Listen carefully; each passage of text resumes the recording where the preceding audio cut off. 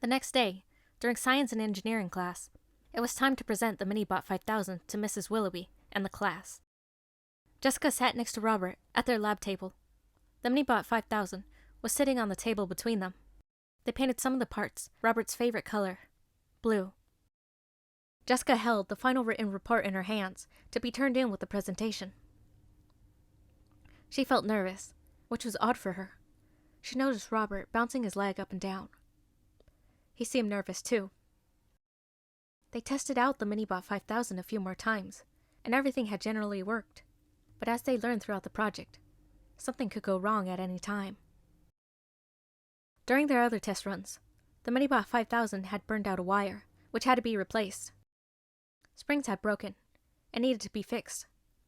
And now, the final presentation was here. For better or for worse. Jessica wanted Robert to feel better. She took out something from her book bag and held it in her hand while they listened to the other students' presentation. When the class clapped, she poked Robert in the shoulder. He glanced at her. "Here," she said, and opened her palm. It was her lucky rabbit's foot. He lifted his eyebrows. "A rabbit's foot. It's all for luck. I know we'll do well, but it might make you feel better to have a little extra luck on your side." He smiled as he took the rabbit's foot. "That's cool. Thanks, Jess." He dangled the short chain that it was attached to on his finger, as she had done many times before. Jessica smiled back. "You're welcome. And I have something for you, too." He loosened the braided leather band on his wrist and handed it to her. "I'd like for you to have this." She shook her head. "But it's yours. You always wear it. Now I'd like you to have it." Jessica took the bracelet and slipped it on her wrist and tightened the band till it fit. She felt a funny warmth in her chest. "Thank you," she said quietly. "I can't wait for tonight. Prom's going to be fun." Jessica felt a nervous flutter in her stomach at the thought of prom. "Robert and Jessica, you're next." Robert stood, sliding the rabbit's foot in his pocket. "Look, it's Ken and Zombie Barbie," the girl behind them said, and a few laughs followed. Robert ignored them, and Jessica smiled that he didn't let them get under his skin. He lifted the Minibot 5000, and they made their way to the front of the class. It took 15 minutes to discuss their entire plan for Minibot 5000. The design, the components, the building of the bot, and the trials and tribulations that followed with the test runs. "And now let's see Minibot 5000 in action," Robert announced. Surprisingly, Robert handed the controller to Jessica to perform the Minibot 5000 presentation to the class. Then all eyes would be on her alone. She nearly didn't take it. She was used to being invisible, to being looked over and forgotten. Robert gave her a reassuring smile. "You can do it," he whispered. With a trembling hand, she took the controller. She flicked on a switch on the Minibot 5000, and then the remote. Robert grabbed the soda can and went to the other end of the presentation floor. She pushed the knob to move the bot forward toward Robert. Minibot 5000 sputtered at first, as usual, then moved toward him. She stopped it right at his feet, then flicked the button so that the tray elevated. Robert placed the can on the tray, and Jessica flicked the button so that the tray went back down. The can wobbled, but stayed upright. Then she backed it up and turned the Minibot 5000 around. She guided it to Miss Willoughby and raised the tray for her teacher to grab the soda. "Well, thank you, Minibot 5000. I don't mind if I do," Miss Willoughby said. She lifted the soda, cracked open the tab, and took a sip. "Yummy. A successful Minibot, you two. Great job." She praised their work as the class clapped along. Robert smiled, and even though all eyes were on Jessica, she didn't care. She smiled back at him. As they sat back in their seats, a girl came up to Jessica and Robert's table. Jessica automatically ducked her head, her hair sliding against her face. "Hi," the girl said to Jessica. "I'm Tina." Jessica lifted her head and blinked in surprise. "Oh, hi." The girl had brown hair pulled back into a ponytail. She wore a black sweatshirt and faded jeans. Jessica noticed her in class a few times. She kept to herself and was often studying alone. "Your bot is really cool," Tina said. "Thank you. I liked yours too. The moving arm, right?" "Yeah, thanks. I paired up with Blake. He's okay. Maybe next time we can work together. Jessica glanced toward Robert, but he was talking to another student. Yeah, maybe we can, she said. Okay, see you around, Jessica. Okay, bye, Tina. Jessica couldn't believe it. Another student actually wanted to speak with her, and possibly work with her on a project in the future. She was used to kids avoiding her, and now another student wanted to be around her. She swallowed, trying to wrap her mind around how quickly things were changing, and she was afraid she was starting to like the changes. After school, Jessica walked by April's hospital room. The girl was asleep. Prom was soon, but she wanted to come in and see how April was doing. Maybe talk to Father Jeremiah again. She passed by the nurse's station, where she overheard Nurse Macy talking to Colin, the nervous nursing assistant. April has a very high fever, and we've tried different antibiotics to bring it down. For some reason, nothing's working, Nurse Macy said, clearly frustrated. That sucks, Colin said. She's a sweet girl, talks with me, and asks me so many questions just about my life. Darn it. I feel helpless when the medicines that are supposed to work don't help at all. It's frustrating. I want to help these children, not just comfort them. Jessica gripped the pendant and wondered if she was doing the right thing by going to the prom instead of helping April.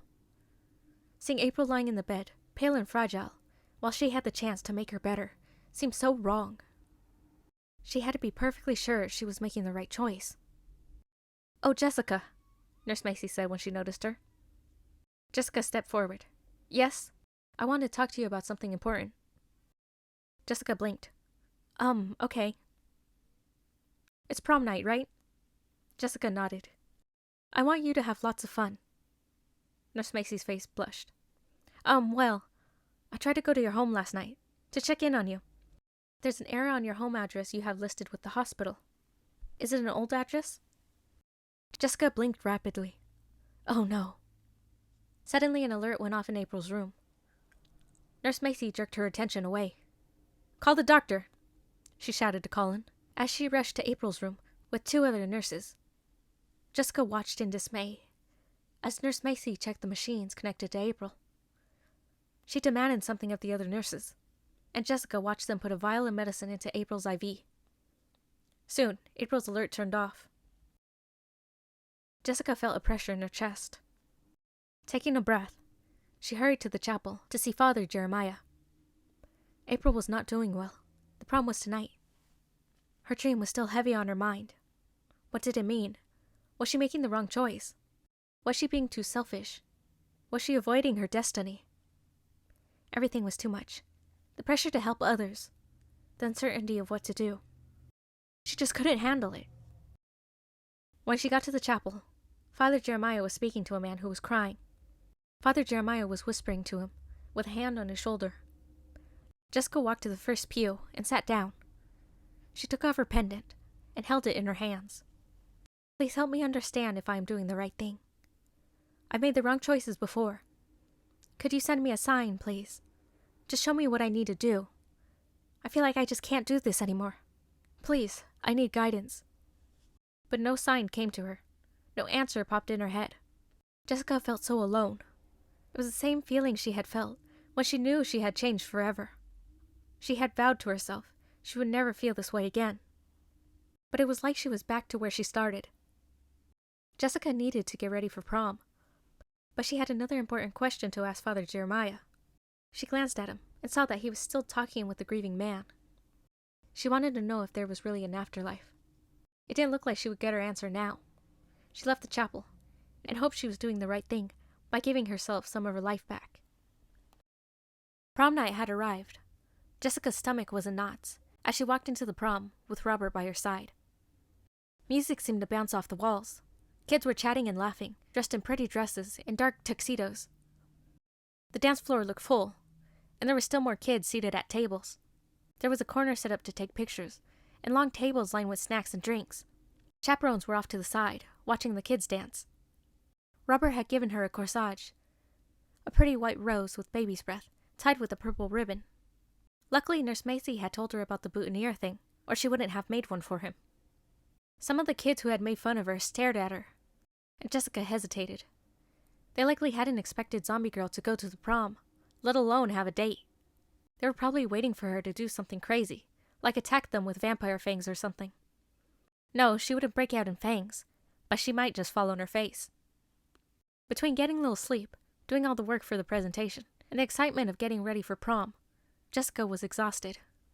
She got ready at the mausoleum instead of the hospital like she planned, afraid to run into Nurse Macy again, and have to answer questions about where she lived. Jessica had no idea what she would tell the woman. She never really had to lie about her life, because usually people stayed away from her.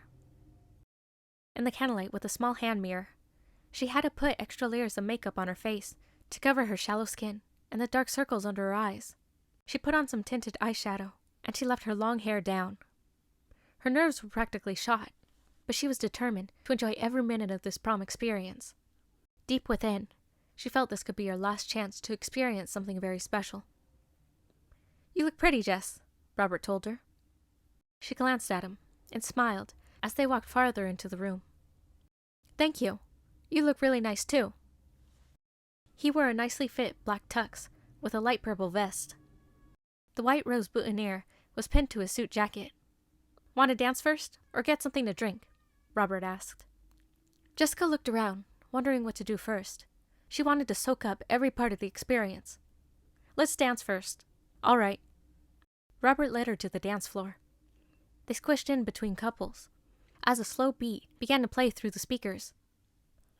Robert put his hand around her waist, and she put her hands on his strong shoulders.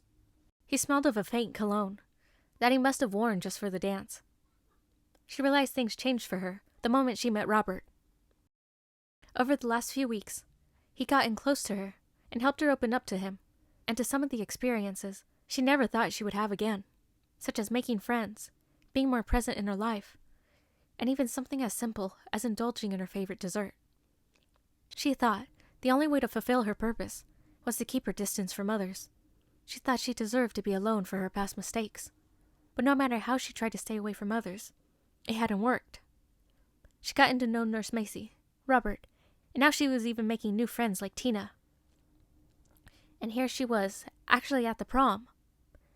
She couldn't believe this was happening. Something good, something special, for her. Maybe even though she had made mistakes in the past, she could be forgiven and be deserving of more in life. Maybe Father Jeremiah was right about being open to receiving happiness, and even love. Jessica and Robert swayed back and forth to the slow music. It was beautiful, really, even being packed in with so many kids. She could feel herself start to sweat from all the heat surrounding her. It didn't matter, though. This was a night she would always remember, so she could replay this night over and over in her mind as many times as she wanted. "Jessica?" Jessica looked into Robert's eyes. It was like time stood still. He leaned down to her ear to speak over the loud music. "Jessica, I want you to know that I really like you. Getting to know you these past few weeks has been special. When I moved here, I thought it would be like the same boring experience at my other school. But when I met you, you were different. You made me feel different." He leaned back and smiled at her. She leaned toward his ear. "I like you too, Robert. You've helped me come out of my shell a little more. I was used to keeping to myself. I don't have a lot of friends, but you've been a good friend to me." He smiled as she leaned back.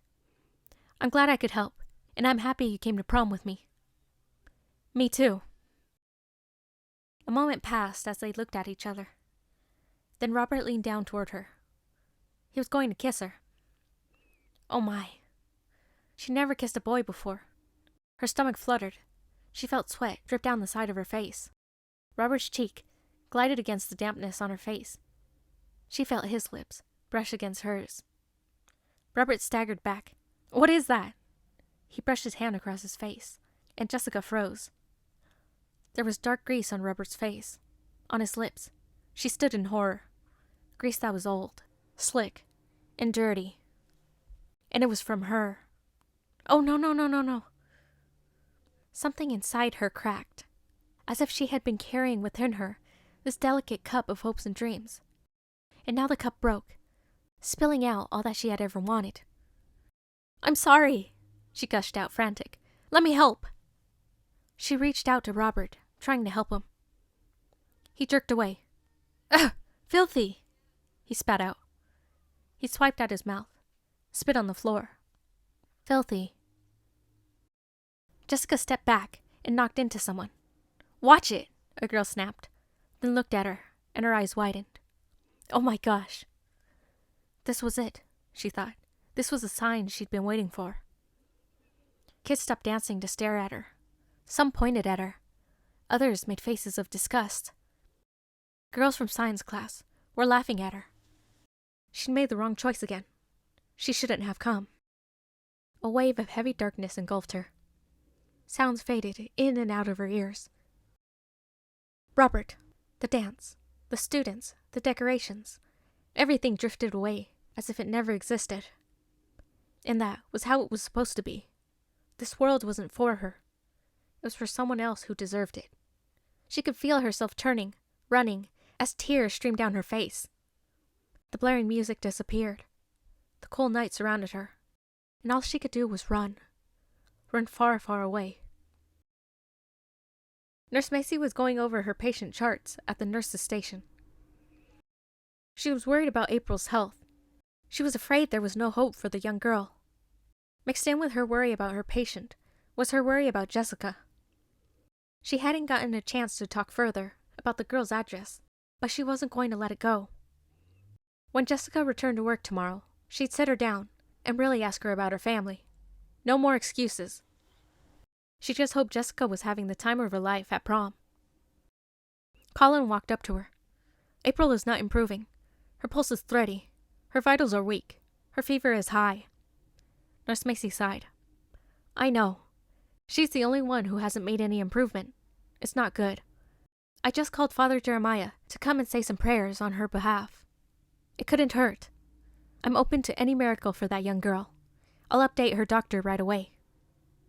Suddenly, the hospital door swung open with a loud commotion.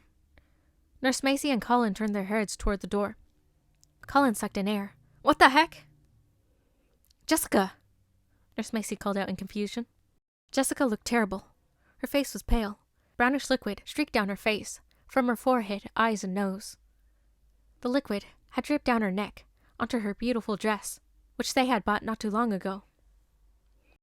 Jessica looked wild, crazed.